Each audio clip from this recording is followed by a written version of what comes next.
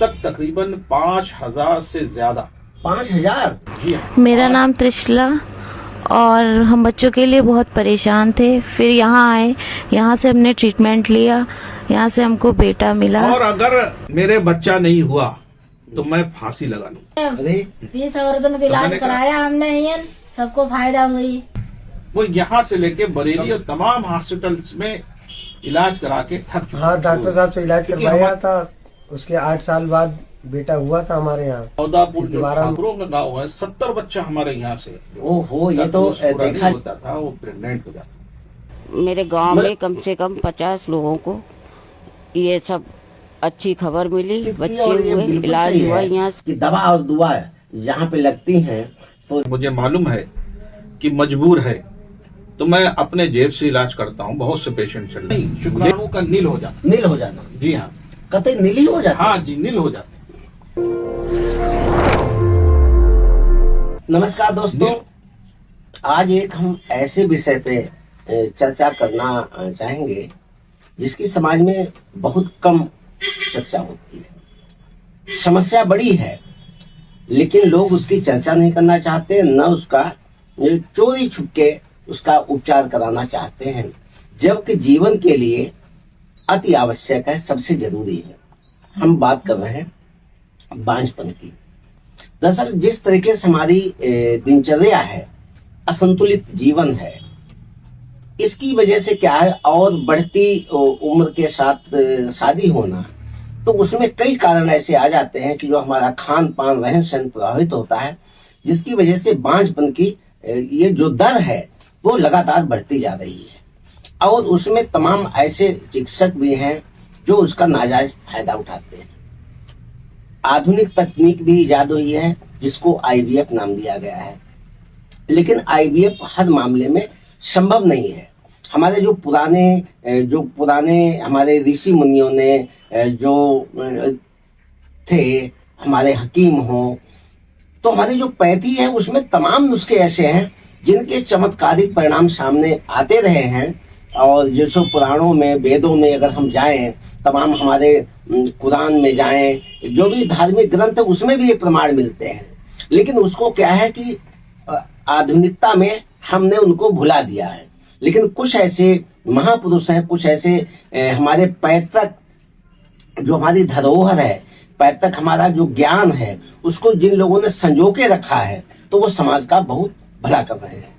और आज ऐसे ही एक शख्स, ऐसे ही शख्सियत, ऐसे ही चिकित्सक से हम बात करेंगे जिन्होंने IVF को भी मात दे दी। यानी ये हम कह सकते हैं कि बिना IVF की जो क्लिनिक है जिसमें बांझपन का शर्तिया उपचार होता है। यानी यहाँ आप आएंगे तो आपकी जो सूनी कोख है, जो किसी तरीके से आपके बच्चे नहीं हो पा रहे हैं, तो आप आएंगे और आपकी गोद भर जाएगी। यानी कि आपके घर में किलकारियां गूंजने लगेंगी, और वो भी बिना किसी कष्ट के, बिना किसी महंगे उपचार के बगैर। हम बात कर रहे हैं डॉक्टर मुजम्मिल हुसैन, जो शाहजहांपुर के ही रहने वाले हैं, और जिन्होंने अपने, जो आपके पिताजी भी चिकित्सक थे, माता भी चिकित्सक थी, और उन्हीं से एक अनुभव की धरोहर, अनुभव का जो खजाना समेट के रखा है, संजो के रखा है, और उसे समाज का भला कर रहे हैं। आइए हम मिलवाते हैं डॉक्टर मुजम्मिल हुसैन। तो आपका हमारे चैनल में बहुत बहुत स्वागत है।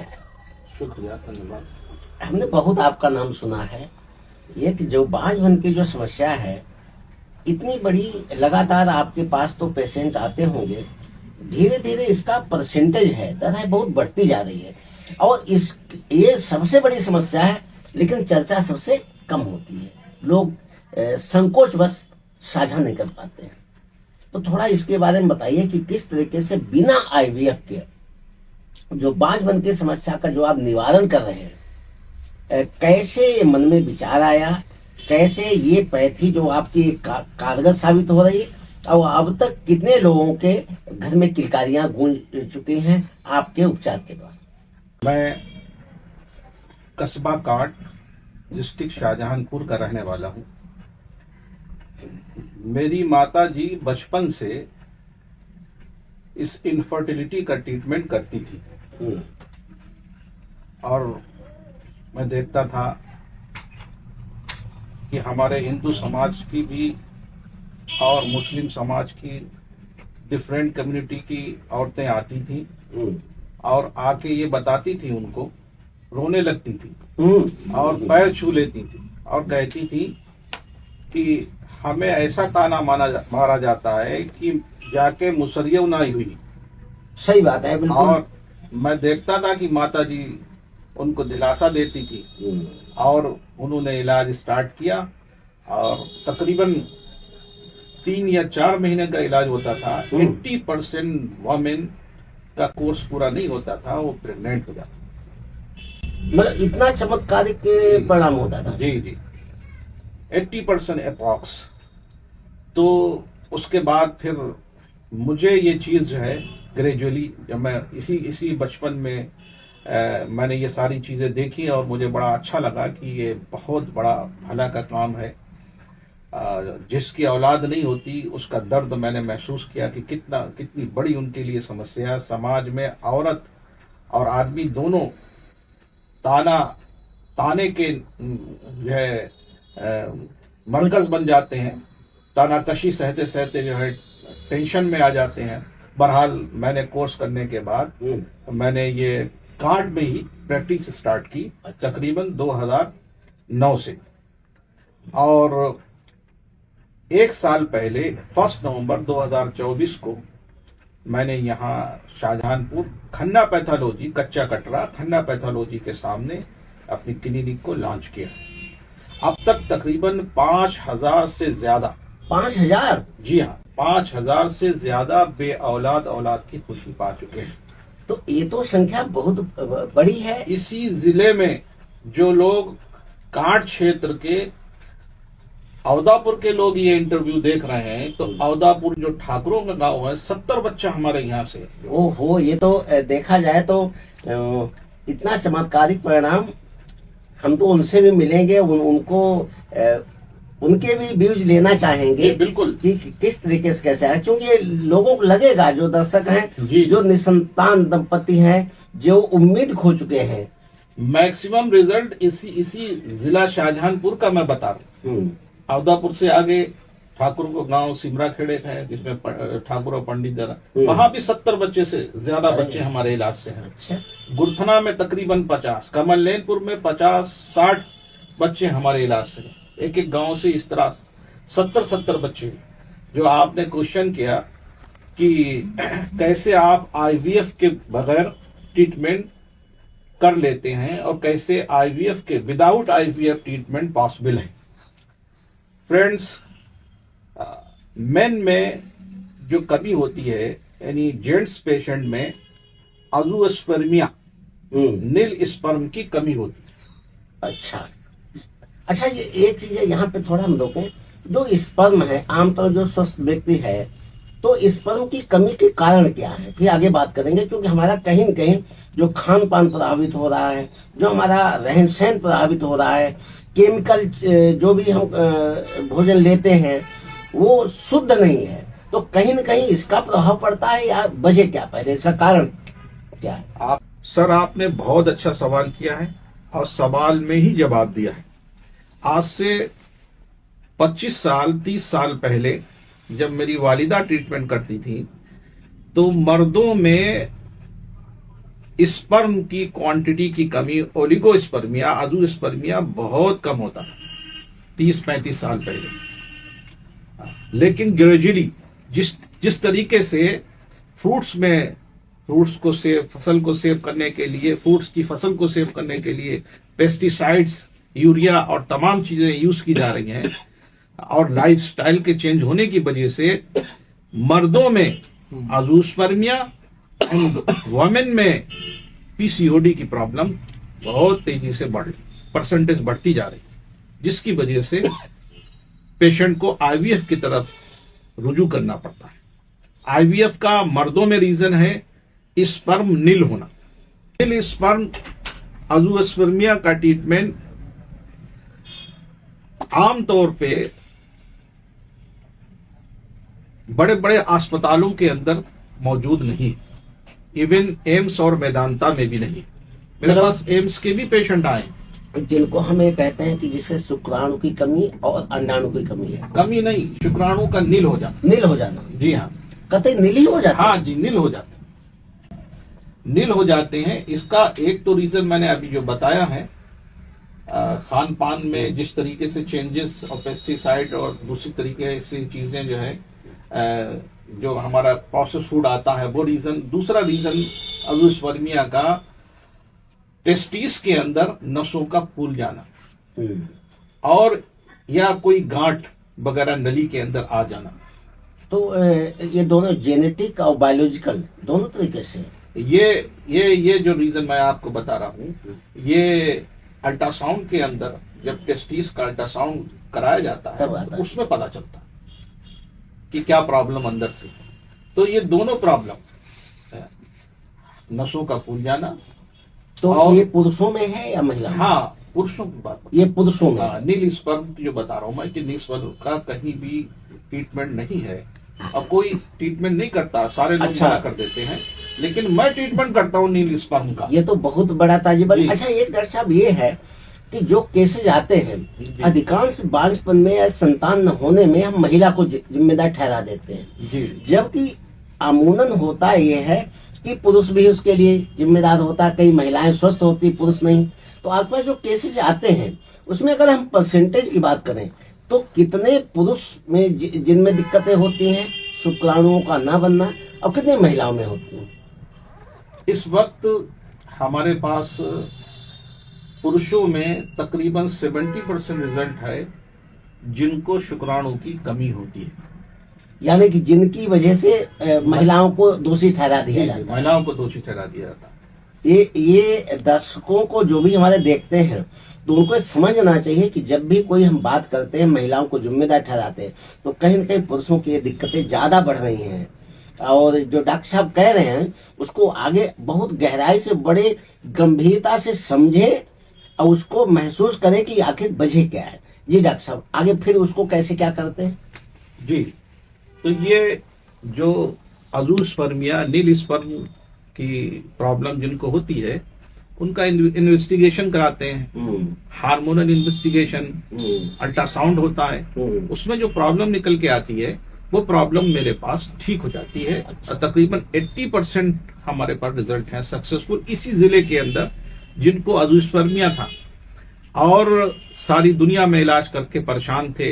एक हमने रिसेंटली आपको वीडियो भी भेजा था कि एक औरत आई हसनपुर गांव से, और वो कह रही थी मैं दुनिया में हर जगह इलाज कराया मैंने और इनको फायदा नहीं हुआ। उसके पति को स्पर्म नील थे, अजोस्पर्मिया का केस था, और अगर मेरे बच्चा नहीं हुआ तो मैं फांसी लगा लूं। अरे, तो मैंने कहा कोर्स पूरा करिए। मुझे मालूम था मेरे पास अजोस्पर्मिया के केसेस ठीक हो जाते हैं। मैंने इन्वेस्टिगेशन कराया कि मुझे लगा ये केस ठीक हो जाएगा, तो मैंने कहा पहले कोर्स पूरा करिए, बाद में फांसी लगाइएगा।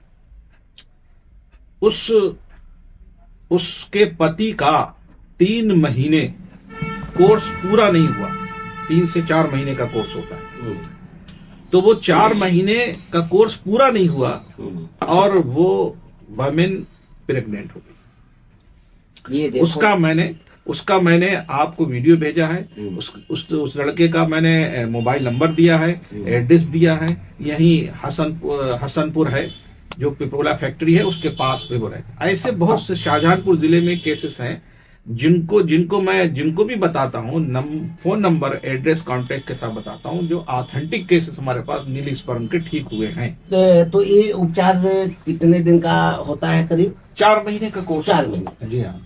अच्छा, आमतौर पे जैसे ये तो हो गई पुरुषों की बात, जी। महिलाओं में जो जैसे गर्भाशय का छोटा होना है, जी जी, अंडाणुओं का ना बनना है, जी। या कुछ और जो प्रॉब्लम्स आती, गांठें बन जाना, उनके लिए कैसे क्या उपचार है? हाँ, ये जो यादव जी जो आप बहुत अच्छा सवाल किया आपने, ये भी जो आपने सवाल किए ये भी एक रीजन है आईवीएफ की तरफ जाने की। जी जी। पीसीओडी, जिन महिलाओं को पीसीओडी की प्रॉब्लम हो जाती है, पीसीओडी क्या है? अंडाशय, जहां से अंडा निकलता है, उस अंडाशय में जो दोनों तरफ होता है, अंडा ना निकल के गांठें बन जाती। अच्छा। वो जब वो गांठें बन जाती हैं, फिर वो डॉक्टर्स उनको ट्रीटमेंट से भी नहीं सही, आमतौर पे सही हो पाता है, और सर्जरी भी नहीं कर पाते। लेकिन हमारे पास वो ऐसी मेडिसिन हैं जो मैं इस्तेमाल करता हूँ। 4 महीने का कोर्स होता है। 99.9% पीसीओडी क्योर हो जाती है। अच्छा, ये जो आपकी जो उपचार होता है, जो मेडिसिन औषधि है, पूरा आयुर्वेदिक है, एलोपैथिक है, होम्योपैथिक? वो जैसे सर आप जानते हैं कि कोई भी पैथी कंप्लीट नहीं है, कंप्लीट नहीं है, एलोपैथ- एक दूसरे को रिलेटेड है। हाँ कोरिलेटेड। एलोपैथ वाले भी आयुर्वेद चला। हम्म, तो चूंकि मैं होम्योपैथ फिजिशियन हूँ, हम्म, तो ज्यादातर केसेस होम्योपैथ के जरिए ही ठीक करने की कोशिश करता हूँ। हम्म, लेकिन मेरे लिए पैथी ही सर्वश्रेष्ठ नहीं है। अगर मैं अपनी पैथी से ट्रीटमेंट करूं और ट्रीटमेंट ना हो सके तो फिर मेरी पैथी किस काम की। बिल्कुल सही। तो ऐसे स्टार्टिंग में बहुत से केस हुए जो नहीं ठीक हुए, तो मुझे भी दुख हुआ। मैं दूसरे डॉक्टर से अलग हूँ। मुझे पेशेंट की ठीक होने में, लाभ पहुंचने में ही खुशी महसूस होती। फिर मैंने रिसर्च स्टार्ट किया जड़ी बूटी पे। अच्छा, हाँ, होम्योपैथ भी एक जड़ी बूटी का मदर टिंचर होता है, वो जड़ी बूटी का एक तरीके से अर्क होता है ना। तो जो मैंने रिसर्च स्टार्ट किया है उससे मुझे ट्रेमेंडस रिजल्ट मिले। अच्छा, हाँ, प्रभु ईश्वर अल्लाह के करम से ऐसे ट्रेमेंडस रिजल्ट मिले हैं कि जिसमें अजूस्पर्मिया भी ठीक होता है, पीसीओडी भी ठीक होता है, और अंडे भी बनते हैं, और इसके साथ साथ फैलोपियन ट्यूब भी खुलता है। अभी लेटेस्ट 2 दिन पहले का रिजल्ट है हमारे पास। बाइलेटरल हाइड्रोसल्पिंग्स, यानी दोनों तरफ ट्यूब, फैलोपियन ट्यूब के अंदर इन्फेक्शन भी और फैलोपियन ट्यूब का बंद होना, बंद भी। वो यहां से लेके बरेली और तमाम हॉस्पिटल्स में इलाज करा के थक चुकी। हम्म, क्योंकि हमारे 5000 से ज्यादा पेशेंट बच्चे से लाभान्वित हो चुके हैं। तो वो किसी ने उसको हमारा जो है एड्रेस दे दिया, जी। हमें तरफ मेंशन कर दिया, आया बहुत, उसने मिन्नतें करी कि हम हर जगह इलाज करा चुके हैं। हम्म, बहुत परेशान थी, हमने देखी, कोशिश करते हैं एक इलाज बच। मैं कोई किसी भी मर्ज में ट्रीटमेंट में साफ बात करता हूं, कोई गारंटी नहीं लेता। इसलिए नहीं लेता क्योंकि शिफा देने वाला प्रभु ईश्वर अल्लाह है। डॉक्टर भी दवा काम नहीं करती है तो बीमार होके मर जाता, अगर गारंटी वाली बिल्कुल बात सही, है। बिल्कुल सही। क्लियर बात करता हूँ, मैं कोशिश करूंगा लाइलाज मर्ज है। मेरे पास जो लाइलाज केसेस होते हैं उसमें तकरीबन 10 पेशेंट में से 7 पेशेंट औलाद जो है उनको नसीब हो जाती है हमारे इलाज से। तो मैंने इलाज शुरू किया। लिहाजा 3 महीने के बाद उन्होंने अल्ट्रासाउंड कराया तो उनका लेफ्ट साइड का हाइड्रोस ट्यूब जो है शायद वो खुल बंद गया। है, और राइट साइड का ट्यूब खुल गया। तो एक चमत्कार हो गया लाइलाज केस का। देखो, ये कहते ना, जब किसी की खुशहाली के लिए अच्छी भावना से कार्य किया जाए, सेवा की जाए, तो वो इबादत बन जाती है, उसका परिणाम भी सुखद आता है। और जैसे डॉक्टर साहब ने जिस, यानी कि माता पिता का जो कारोबार था, जो प्रोफेशन था, जिस उम्मीद के साथ लोगों के घर में खुशहाली के लिए वो काम कर रहे थे, उसको संजोया है। एक तो माता पिता को हम कह सकते हैं कि जो उनका आशीर्वाद आपको मिला है। अच्छा, यह है कि जो ये काम आप कर रहे हो, तो एक तरीके से कहते हैं ना, सेवा समर्पण भाव के साथ में किसी भी डूब के से अगर काम करो, जैसे कि नहीं कि अगर मोती ढूंढना गहराई में उतर जाओ तभी मिलते हैं, तो आप अपनी पैथी की हमने बात की, तो अगर हमें कहे कि कोई पैथी नहीं, आपकी जो सिंपैथी वाली पैथी है, जी, वो सबसे ज्यादा राइट सर, मुझे ये सिखाया गया है कि भलाई ही धर्म है। हम आपकी भलाई चाहेंगे, ये सबसे बड़ा हमारे लिए नेकी है। कहते ना कि भला का उल्टा लाभ होता है। अगर हम किसी का भला चाहेंगे तभी हमको लाभ मिलता है। तो उसी का आज हम ये देख रहे हैं। अच्छा, एक चीज डॉक्टर साहब ये बताइएगा, जो पेशेंट आते हैं कई जगह से आकर के, जो IVF है और वो आपके यहाँ है, दोनों में अगर करें कि वहां पे जाते ही महंगा उपचार होता है, आप यहाँ कितना सस्ता है IVF के सापेक्ष, ताकि दर्शक ये भी हमारे समझ सकते हैं कि हम जा रहे हैं कहीं ऐसा तो नहीं बहुत महंगा इलाज है डरे, तो वहां के सापेक्ष कितना सस्ता है और कितना सहज है? सर, IVF के लोग जो पैकेज देते हैं वो 1.5 लाख से पूरा प्रेग्नेंट अगर हो जाते हैं 3 लाख, 4 लाख, 5 लाख ऐसे जाके खर्च बैठता है जिन लोगों ने IVF कराया, जिन पेशेंट ने मुझे बताया। यानी कि अगर गरीब आदमी की बात करें, आर्थिक रूप से कमजोर है, जी। तो वो तो उम्मीद ही तोड़ दे। हाँ, वो नहीं कर सकते। आपके यहाँ? हमारे यहाँ गरीब आदमी के लिए बहुत हमदर्दी की जाती। यकीनन अगर मुझे मालूम है कि मजबूर है तो मैं अपने जेब से इलाज करता हूँ। बहुत से पेशेंट चल रहे हैं, लेकिन जो केस अज़ूस्पर्मिया के हैं, नील शुक्राणु के हैं, उसमें हमें मेडिसिन चलानी पड़ती है कॉस्टली, जर्मन जो होम्योपैथ चलाता हूँ, और जड़ी बूटी वो भी कॉस्टली चलानी पड़ती है। जैसे साला पंजा, काला साला पंजा मैं मंगाता हूँ, स्पेशल नंबर 1 किस्म का, 24,000 रुपए किलो है। अच्छा। तो उसकी मेडिसिन जो है 1 महीने की 15,000 की बैठती है नील स्पर्म के केस में। अच्छा। अगर कोई गरीब है, मजबूर है, तो उसके साथ मैं हमदर्दी करता हूँ। दूसरे जो IVF के केसेस हैं, वुमेन के केस में, जैसे अंडाशय में गांठें बन जाना, PCOD का, तो वो सिर्फ जो है 1,700 रुपए हफ्ते की दवा बैठती है, और दूसरी प्रॉब्लम से लगा के। या इसके अलावा फेलोपियन ट्यूब वाली है। फेलोपियन ट्यूब वाली जिस पेशेंट का मैंने जिक्र किया, इससे तो 1 महीने के, चूंकि और भी प्रॉब्लम थी, उसको इलाज कराना मुश्किल पड़ रहा था, तो मैंने ये फेलोपियन ट्यूब वाली अपने पास से 1-1 महीने की दवा फ्री दी उसको। हाँ जी। तो फेलोपियन ट्यूब वाला भी कॉस्टली नहीं है, 700-800 रुपए हफ्ते का है ना? तो जरूर कॉस्टली है। बाकी सारे इलाज जो है सस्ते हैं, और कोई परेशान हाल है तो मैं उसे यहाँ से निराश नहीं जाने देता। मैं समझता हूँ अल्लाह का बंदा है, और अल्लाह तबारक व तआला इसे खुश कर दे, हो सकता है अल्लाह इसी से मुझसे राजी हो जाए। डॉक्टर साहब, एक चीज है कि देखिए, विज्ञान में बहुत चीजें के विज्ञान से परे भी एक दुनिया है। हम ये देखते हैं कि जैसे हम अपने गांव में भी सुनते थे, आज भी सुनते हैं कि बच्चा था और भूत प्रेत की वजह से या किसी ने पड़ोसी ने कुछ करा दिया, तो इसकी वजह से नहीं होता। आमतौर के महिलाओं को मुंह से ये सुनने को मिलता है।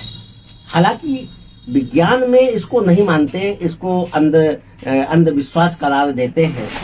आप खुद एक चिकित्सक हैं, BHMS आपने किया है, और स्पिरिचुअल में आध्यात्मिक तरीके से भी लोग चाहे किसी तांत्रिक के पास जाते हैं, मुल्ला मौलवी के पास जाते हैं, तो हम देखते हैं कि उसमें भीड़ रहती है। हम ये जानना चाहते हैं कि चिकित्सक होने के नाते आपकी दृष्टि से में क्या है, क्या कुछ ऐसा होता है कि जिसकी वजह से जो बच्चा नहीं ठहर पाता, या कोई तांत्रिक शक्तियां हैं, कोई भूत प्रेत का साया, कुछ इस तरीके से क्या होता है, उसको आप बताएं। इस सिलसिले में आपको वही बात कहूंगा जो मेरे एक्सपीरियंस में है जी।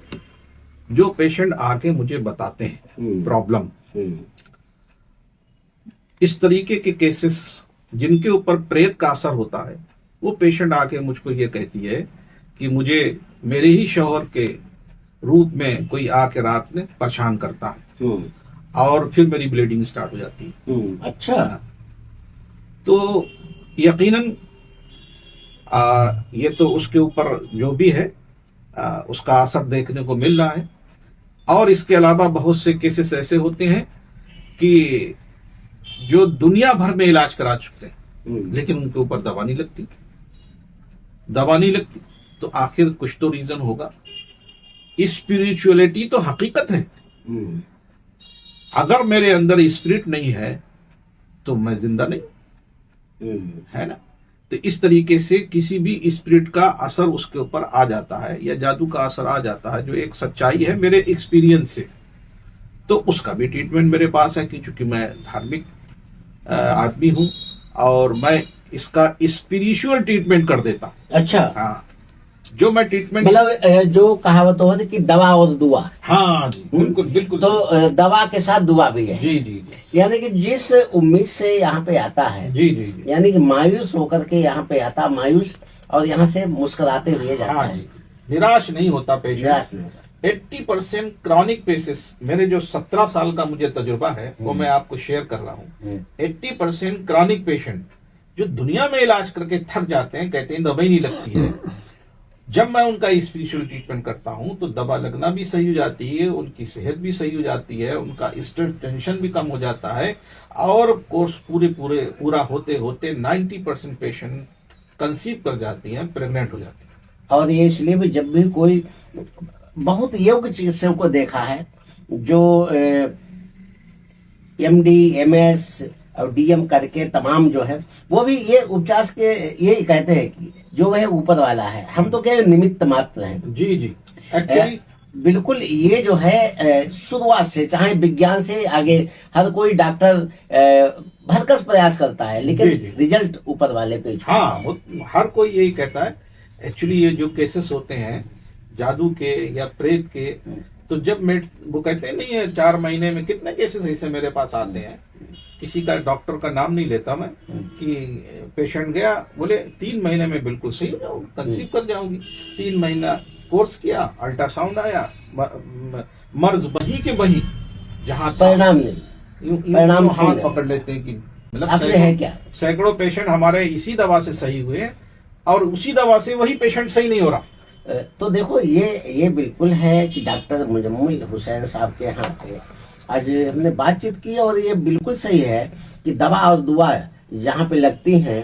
तो देखिए कि अगर हम अध्यात्म में जाते हैं तो 3 तरीके से होते हैं, यंत्र मंत्र तंत्र, यानी यांत्रिक पद्धति जो हमारे ट्रक हैं यानी यंत्र के द्वारा मैकेनिकली जो भी चलते हैं वो यंत्र हो जाता है। जी, बाकी तंत्र जितना भी है आध्यात्मिक यानी सात्विक प्रवृत्ति से वो मंत्र शक्ति होती जी, है। और जी। तंत्र जो है उसमें भी आता है जो भी मेडिसिन है, मेडिसिन है, यंत्र में आप यूं कहिए क्लियरली ये पैथोलॉजी है, पैथोलॉजी। अल्ट्रासाउंड जो है वो सारा यंत्र का खेल है। यंत्र का खेल है। जी, और तंत्र में जो है मेडिसिन आ जाती हैं और मंत्र में दुआ। दुआ। तो जब तीनों का समन्वय समुच्चय होता है तब रिजल्ट 100% आता है। जी। अब भगवान शिव को मानते हैं कि उनके यहाँ जब भी कुछ होता है ज्योतिष विज्ञान गलत नहीं हो सकता, ज्योतिषी गलत हो सकता, ज्योतिष नहीं। इसी तरीके से कुछ लोग गलत वो कर सकते हैं, लेकिन साहब के यहाँ आएंगे तो दवा और दुआ के साथ आप खुशहाल होंगे। अच्छा डॉक्टर साहब, अंतिम प्रश्न हम ये करना चाहेंगे कि आमतौर पर इस समय इंटरनेट मीडिया पे हम देखते हैं ऑनलाइन तमाम ऐसे विज्ञापन आते हैं जो जिसमें कि सेक्स को बढ़ाने की जो ताकत है इसलिए तमाम विज्ञापन आते रहते हैं। अवांछित काल भी आते हैं या क्या आप किस समस्या से पीड़ित हैं, यानी कि हम ये कह सकते हैं कि गुप्त रोग का काफी दायरा बढ़ता जा रहा है धीरे धीरे। और जो युवा पीढ़ी है या जो पढ़े लिखे लोग भी हैं जो उनका अनियमित दिनचर्या है किसी प्रकार, तो वो उसका शिकार होते जा रहे हैं। हम ये जानना चाहेंगे कि आपके पास जो पेशेंट आते हैं गुप्त रोग का कितने % ये रोगी बढ़ रहे हैं और कितना उसका उपचार संभव है, जो कि लोग ठगे जाते हैं ऑनलाइन, उसमें तमाम medicine ले लेते हैं, हार्मफुल उसमें होता है। तो उसका थोड़ा बताइए कि ताकि हमारा शरीर भी स्वस्थ रहे और समस्या का समाधान भी हो सके। इसमें मैं ये सबसे पहले ये एडवाइस देना चाहूंगा कि कोई भी मेडिसिन ऑनलाइन या ऑफलाइन गुप्त रोग में अपने से लेने की कोशिश ना करें, क्योंकि कुछ मेडिसिन ऐसी होती हैं जिसमें आर्सेनिक संख्या, लेड और सिनाबार एटसेट्रा हार्मफुल इंग्रेडिएंट्स होते हैं जो डायरेक्ट किडनी पे असर डालते हैं, यानी जो बहुत ही हानिकारक है शरीर के लिए। यस, सिर्फ किडनी पे असर ही नहीं डालते हैं बल्कि किडनी को फेल भी कर देते हैं। तो आप जहां भी ले अनुभवी डॉक्टर से ले। और जैसे सर ने सवाल किया है कि कितने % हमारे पास गुप्त रोग सही हो जाते हैं, तो इसका रिजल्ट हमारे पास 100% है। अच्छा, जितना पुराना पेशेंट है उतना टाइम लगेगा ज्यादा, 3-3.5 महीने का कोर्स, और जितना जल्दी से परेशानी आई है उतनी जल्दी परेशानी ओवर हो जाएगी। और इसमें जो मेडिसिन मैं चलाता हूं अपनी रिसर्च मेडिसिन चलाता हूं, जड़ी बूटी, जो ग्रेजुअली पेशेंट के सिस्टम को स्ट्रांग करती है। जैसे मैं मिसाल देता हूं कि नीम का बीज आप जमीन में गाड़ दें तो एक पौधा कोपल निकलेगा। वो कोपल ऐसा होगा कि आप पैर से कुचल दें, हाथ से, उंगली से कुचल दें। ये स्टार्टिंग केस होता है पेशेंट के जब पेशेंट हमारे पास ट्रीटमेंट के लिए आता है। लूजनेस बिल्कुल नहीं।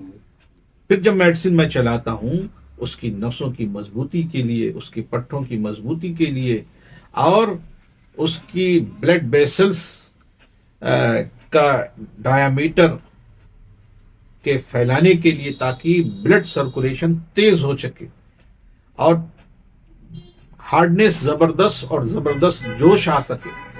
तो उसके लिए ग्रेजुअली जो मेडिसिन हमारी अपनी जड़ी बूटी से तैयार हैं वो मैं यूज करता हूं, लेकिन वो ग्रेजुअली हल्के हल्के काम करती हैं। जैसा कि पौधा स्टार्टिंग में जो कोपल निकला है वो उसे आप मसल दें, खत्म हो जाएगा, लेकिन वही 6 महीने जब न्यूट्रिएंट्स और पानी जमीन से लेता है, पर्याप्त मिल जाएगा। हाँ, 6 महीने जब न्यूट्रिएंट्स और पानी जमीन से लेता है, फिर वो आपके उखाड़े नहीं उखड़ेगा, इतना मजबूत हो जाएगा 6 महीने में। 3 महीने में वही पौधा, नीम का पौधा जिसे आप उंगली से मसल देते, लेकिन 3 महीने 6 महीने के बाद इतना स्ट्रांग हो जाएगा कि आप उखाड़े नहीं उखड़ेगा।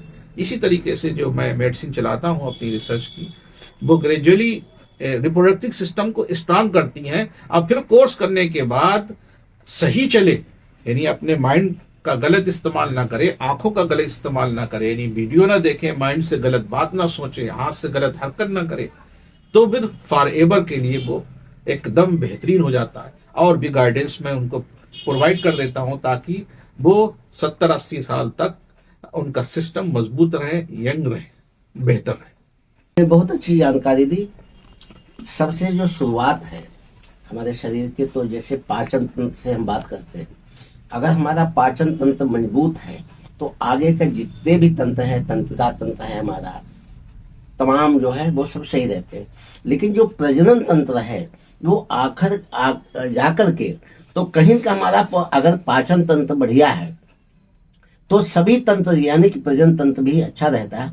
तो हम ये आपसे चाहेंगे कि जो यूथ है हमारे, जो कामकाजी महिलाएं हैं, अति व्यस्त रहने वाले हैं लोग, तमाम रात में जाके भी काम करते हैं, उनके लिए उनका पाचन तंत्र और प्रजनन तंत्र दोनों, चूंकि हम खाते हैं कहीं न कहीं एंड वहां पे है, तो सारे सिस्टम सही रहे। तो खान पान में क्या सावधानी रखें, कैसा भोजन करें, ताकि ये जो समस्याएं आती प्रजनन वाली या हमारे घर में नए सदस्य के आने वाली बांझपन की समस्या कम हो, गुप्त रोग ना हो, तो उसके लिए क्या सलाह देना चाहेंगे? जो पेशेंट गुप्त रोग के ट्रीटमेंट के लिए मेरे पास आते हैं, उनका अगर स्टमक, मैदा कमजोर है तो उनको गुप्त रोग की दवा भी नहीं लगेगी, क्योंकि जो यानी पाचन तंत्र कमजोर है तो गुप्त रोग की दवा नहीं लगेगी। तो उसमें एक ही चीज है कि जो हम खाएंगे तो अब्जार कैसे हो पाएगा? जी जी जी।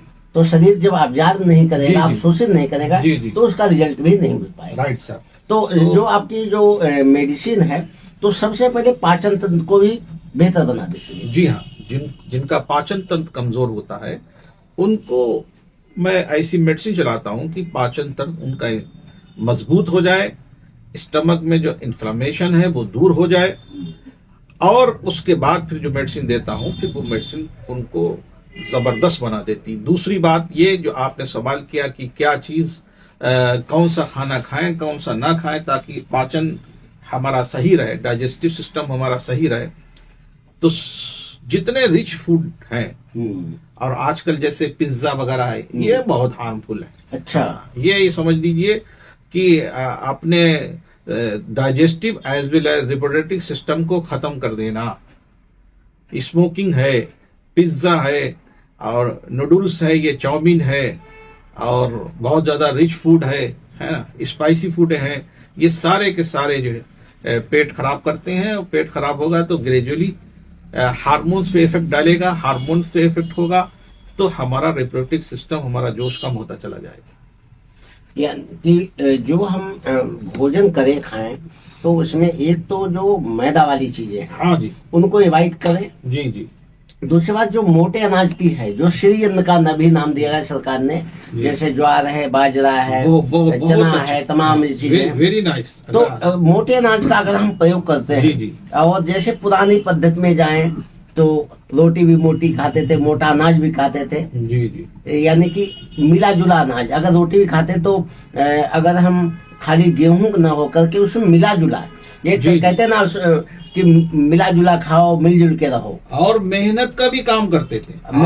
आज भी खाना खाएं, आधा एक घंटा चल ले तो जो खाना है वो जिस्म में अब्जॉर्ब हो जाता है। अब्जॉर्ब हो जाएगा। जो मेडिसिन ली वो भी अब्जॉर्ब हो जाएंगी, गुप्त रोग की स्पेशली।